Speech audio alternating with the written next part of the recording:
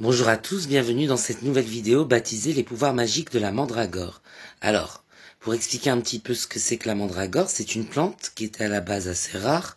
Aujourd'hui avec les OGM, ce n'est plus le cas. Qu'on trouvait dans une certaine région d'Italie et en Vénétie, me semble. Et elle était assez rare et aussitôt qu'elle a été découverte, enfin c'est très vieux, hein, mais quand on a découvert cette plante, on lui a trouvé des vertus magiques. Alors non seulement elle a une forme qui rappelle un petit peu le corps d'un être humain, ensuite pour les personnes assez sensibles, il paraît que cette plante crie quand on la déterre, un peu comme dans Harry Potter. Alors pour faire cesser le cri, en fait le cri ce sont les esprits malins. Pour faire cesser ce cri qu'entendent uniquement les gens qui ont des dons de médium ou tout ça, il faudrait la purifier pour éloigner les esprits malins et surtout l'utiliser pour que son utilisation soit vraiment optimale et qu'elle soit pas perturbée par des ondes négatives provoquées par les esprits malins. Alors pour ça, on utilise un décagone dans lequel on la place et ensuite on utilise une formule de protection pour purifier, bannir le mal, pour que les esprits malins s'en aillent. Donc ça, c'est déjà la première chose à savoir avant d'utiliser la plante magique qu'on appelle la mandragore. Ensuite, il faut des rituels particuliers. C'est pas des petits rituels de petite magie ou des rituels de débutants où on invoque les gardiens des tours ou les gardiens des enfers.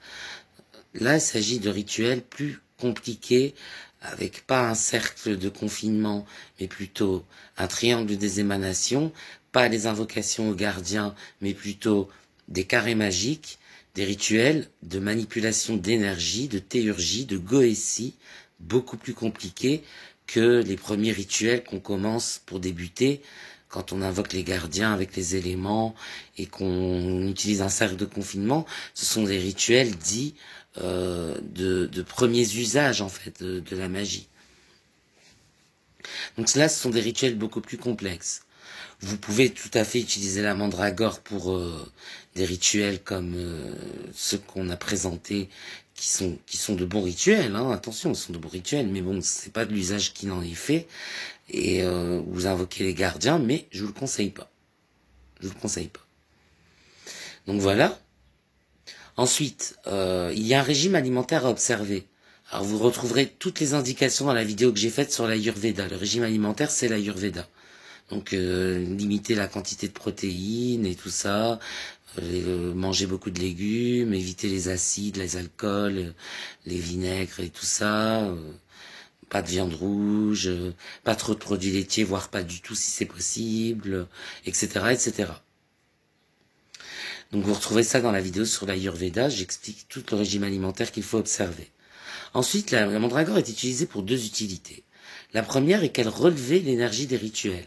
C'est-à-dire que quand vous utilisez un rituel de magie, une recette de magie, ajoutez de la mandragore à votre recette, augmentez le pouvoir de votre recette.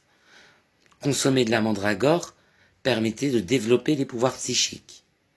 Ensuite, il y avait un autre usage qui en était fait, c'était l'usage rituelique, encore une fois, comme précédemment, mais dans un autre contexte, celui du sabbat, où les sorcières préparaient une sorte de recette hallucinogène pour la fameuse légende de la sorcière qui vole sur son balai. C'est en fait une sorcière qui utilise un hallucinogène pour se rendre au sabbat.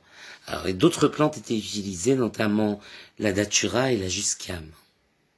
Donc du coup, ces plantes étaient utilisées, incorporées dans une espèce de pâte qu'on consommait.